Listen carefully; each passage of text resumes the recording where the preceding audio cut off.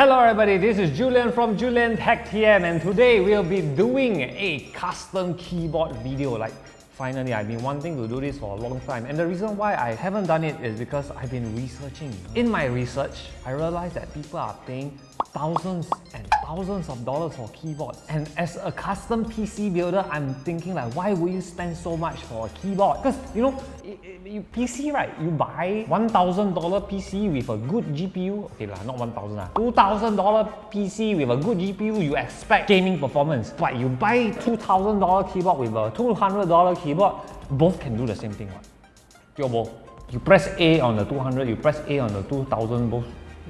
Really researching online, I realized it's already a different kind of customization. I cannot compare it one-on-one. And gone are the days where you only find keyboards from companies like Logitech or Razer. You can actually buy keyboard components individually and customize that way. As you can see, I have a keyboard in front of me with customized keycap stabilizers and switches and loop.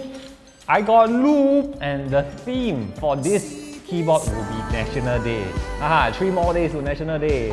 But even if I did my research on what to buy, I realized that I'm not very knowledgeable yet. I'm only scratching the surface. I bought stabilizers, but I don't know whether it's good. I bought loop, but maybe I buy the wrong one. So as you can see from the background, I'm in a different location because I am in Tempus, a local custom keyboard company. I will invite my guest today, Isaac from Tempus.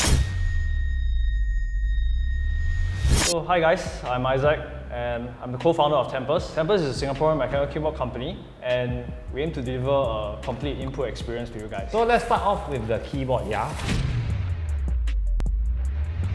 It's optical. So what is the problem with optical? It's not to say that it's bad, it's more of a personal preference of what you like. Yeah. Optical switches are not really used in general because it's relatively new in the market. Right. Yeah, so that probably explains why people are not really into this yet. Right. I guess to say that optical switches or optical PCBs haven't stood the test of time yet, right? That's probably. Yeah. I forgot to say, one of the plan that we want to do is that I'm going to customize this keyboard, and then you guys are going to customize one of your own Tempus, and then we're going to auction this off for charity. Yeah. We'll get the information in the description below. I also have these keycaps, National Day themed keycaps. You can see it from here. National Day way, wow. So I'm going to take out the keycap so that I can change my switches and my stabilizers. So it's customized because if let's say I just go, this is my keyboard, then not fun now. One good thing about optical switch keyboard is that you can just remove the switch like that and you replace it with another. Right. So you do not need to solder and you do not need the board to be hot swap also. So interestingly, this is the same brand as this silver, but it's brown. Very similar to the Cherry MX brown, right? It's like tactile. That's correct. Right. I think a lot of people like brown. You have the best of both worlds. Right. Partially, you have that tactile feel, the feedback when you type, and it's not as noisy as a clicky switch. Yeah. Yeah. I think everybody, when they first have a mechanical keyboard, they go for clicky first. That's what I do. That's what a lot of keyboards. Then when they realize a clicky is not really so annoying, then they start to go for tactile or linear. Well, we understand that people's tastes change over time. After using a clicky switch for a very long time, then they might want to try something new. Yeah. And they will go for something like a tactile switch or even a linear switch. Yeah, I mean for me, after secondary school, I'm like, I'm gonna buy a $200 keyboard and I'm gonna get the clicky one. That whole year was my last year ever getting clicky keyboards. The rest, the rest of my life is all I had Razer Yellow, which is linear. Then now I have Silent Red, which is even silent than red. I'm not saying that clicky is wrong, right? It's just preference. Yeah, everything comes down to personal preference for switches ultimately. Based on the 6 different kinds of switches that we have, you can try them and see which one you actually really like. Right. Yeah. So what are the 6 switches do you have? Oh, we have Kale Box Whites, Kale Box Navies, Kale Box Browns, Kale Box Royals, Gateron Yellows, and Cherry MX Silent Black switches. To be honest, I never heard of all these brands. I only know Cherry MX. How did you choose these 6 switches? Basically, we tried out a lot of different switches, and we actually have a tester board showcasing different kind of switches that we tried. Wow. Yeah. These switches that we tried, we think some of them are actually very good for entry, right? People who enter this hobby. Right. Yeah. There's no reason for any consumer to have this, but this, I would say, is such a useful tool. So now we're gonna remove the switches. Correct me if I'm wrong, you're supposed to take it out from the top and the bottom because there's like a clip there. Yep, is it? that's correct. I don't know where to start, I just start here now. Yep. And you pull upwards. Oh, jeez.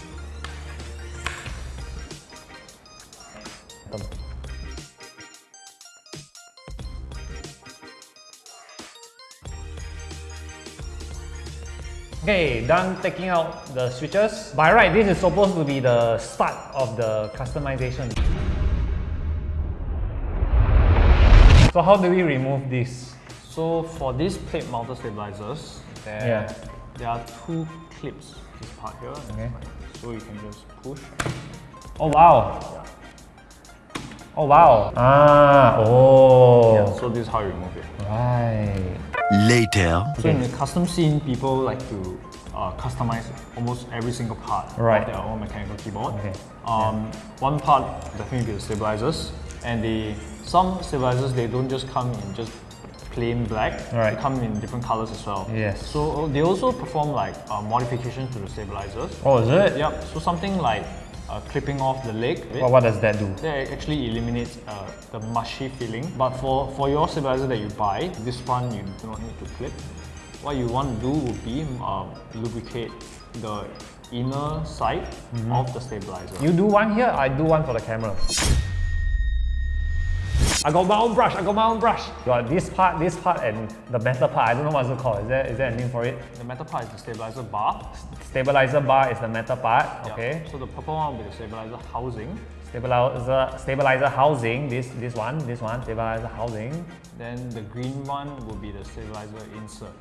Stabilizer insert, right. So we get the housing. You will lubricate the inside like that. Inside. Yeah. Okay. So what you do is take a bit of the lubricant.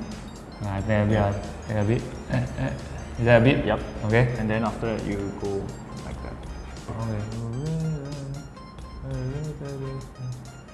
So basically the contact point from the Insert and the housing. Okay. Yes. Right. Okay. And that's about it for the housing. Housing. Then the insert, you might want to lubricate this part also. Yeah. Okay. The surface. Surface of the side. Yeah. Okay. Now this makes a lot more sense. Because I have a friend, Chu Fei, she said that she built her custom keyboard for 6 hours. Then I'm like, how the hell do you take 6 hours? I can see you have the loop individual switch, it can take 6 hours. That's why we're not doing that today, because that is insane. But we will do it one of it. We will do it and then we can see what's the difference. The last part will be applying the lubricant onto the metal bar. On the metal bar. Not the whole thing, right? Just the tip, right? More of the curved. Oh, okay. So the reason why we do it is because when we insert the bar back into the stabilizer housing, it clips on here. Right. And then when you move, this is the part where you will hit. Right, okay. So you want to reduce that pinging noise. yes, Yeah. So this one you can apply a bit more. a bit more. Yeah. Insert into the housing. Yobo. Yep. Then the bar into the in the housing in between the what that green thing is? Inserts. Yeah. It's hard to show, but it's actually easier than I thought. That only took 1 hour, man. Whew. I could have built one PC at that time. But you were saying that we can loop the switch itself. Yeah, you can. We're not gonna do all, but let's do one for the escape, Sure. a smooth escape. How you open it is, so you see like there are pins at the side. Yeah. Yeah. So you press them down. You fit them, Uh-huh. and you press down at the side. So it should pop out. Yeah, just like that. And the switch should open. Wow, where can I buy this? These are the components of a switch. Okay. You have your Spring, spring, you have your stem, stem, you have your top and bottom housing. top and bottom housing. Okay. If it's a mechanical switch, then you have one more component, which is the metal contact leaf at the end. You don't want to hold on the transparency, you want to hold on the black part, Yep, is it? that's correct. Okay. So be careful, it will fly Out because of the spring, right? Ah, okay, okay. Buy. This thing here Yeah. is the metal contact. Metal contact. Yeah. Okay. So when you press, the It- stem goes down, Click. and then you makes the metal contact come together. Right. Wow, then you have to do it for so many.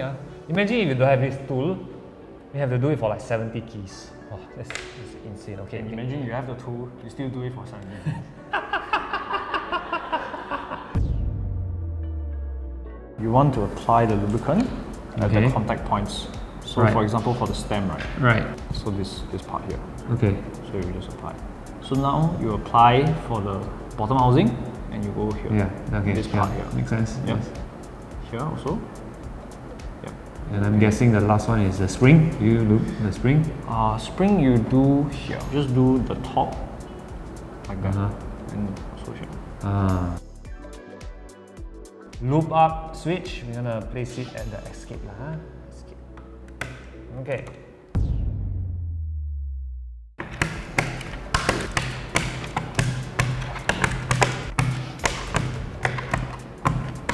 Okay. Sweet. So these keycaps, from what I noticed, is there's a grainy feel. Yeah. So I think these are PBT keycaps. Like What? PBT. PBB. Yeah. BPT. PBT. Okay. Yeah, PBT keycaps are Right. oil resistant. This red keycaps got this like very bass sound compared to the white. Don't know whether you guys can hear it. Like, which one do you like better? I think I like this one. Right. Got a bit more like. For me. Talky. Yeah. So this is the one we looped up, right? Yeah, this one will be bigger. And we can hear the sound. It's much deeper. Yeah. There's no like click click click. It's a clack clack clack. So we call it a talk. Wow, okay. And there you have it, the Julian Tech DM National Day keyboard. So if you're not ready to put in 2 hours of work for a simple keyboard, this is really the simplest you can get, then you can head down to Tempest, because people like Isaac will do it for you. So in Tempest, we have our flagship keyboard, Right. and it's the Kirin V2. We have like so many different kinds of switches, Right. and they're all handpicked from the tester board that we actually test out. We are actually the bridge between your mainstream and your custom mechanical keyboards out there. So I did say we're gonna auction off this keyboard, and every single cent will go off to charity. And Tempest will also want to auction one of their keyboards. Can you talk about your keyboard? So this is the Kirin V2 with box royal switches, and it comes with the wine keycap set. Right. Also fitting the red and wine Yes. color scheme. We will give you one custom keycap too. You can put this on home. Get it? It's Ashley's joke lah, but okay. Thank you so is much for home. watching this video. Thank you, Isaac, for joining me on this wonderful journey that I feel like is going to be a very unhealthy obsession. So we'll be conducting the auction on Facebook and on YouTube on National Day itself. Let's put it 3 p.m. Right? 3 p.m. seems like a good timing. Okay.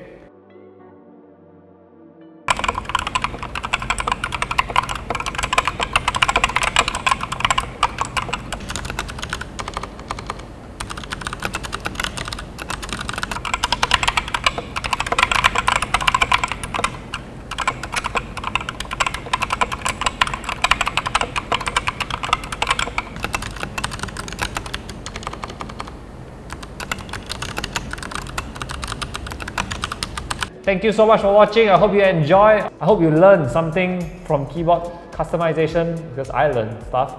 Other than that, we are done.